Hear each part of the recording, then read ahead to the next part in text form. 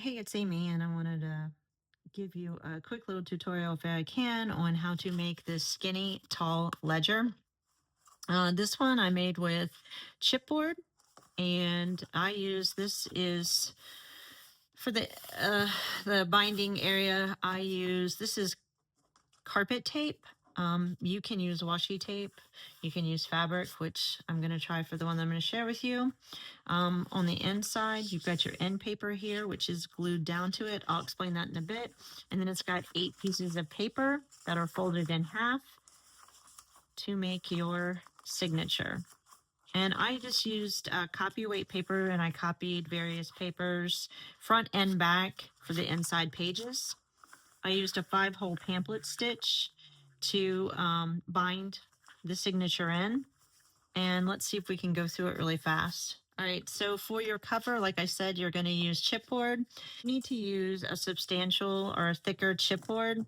For mine, I've glued 2 pieces together. Okay, and I'm going to share with you this chipboard right here. It's just a standard size, so it's 8.5 by 11, and I just cut it in half basically and cut it down to 4 by 10 to make my covers. And then I glued 2 pieces together to make it more substantial. And then what we're going to do is cover the front and the back. And for this, I just used a digital, and I'll include a few covers if you want to use them for your journal.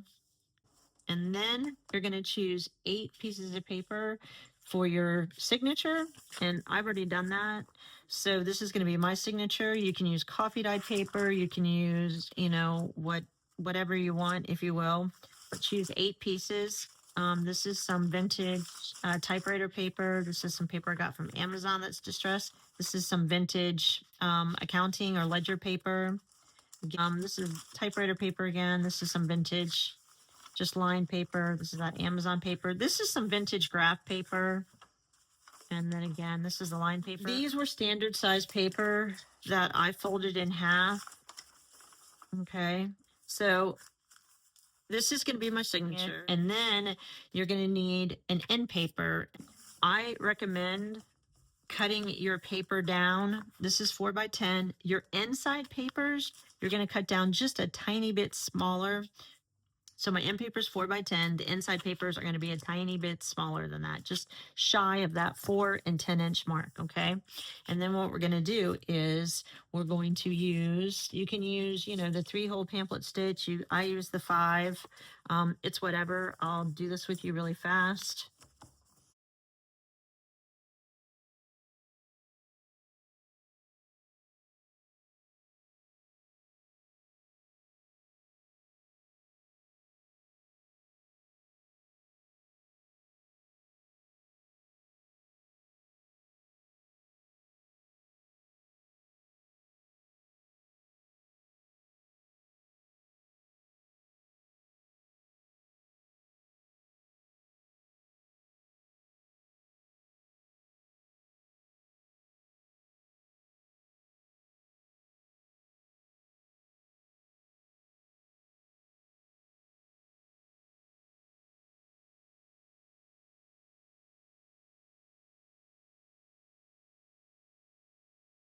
So we sewn our signature in, and then what we're going to do is we've got to glue these end papers to our covers, okay?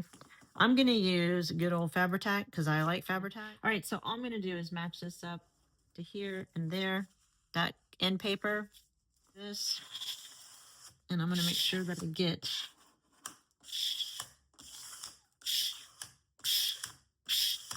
this glued down really well, okay? If you have any extra glue, just kind of wipe those edges off.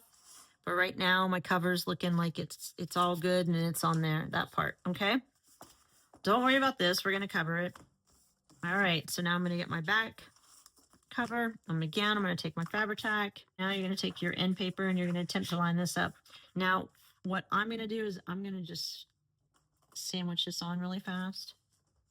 This is now your tall, skinny ledger, but we need to do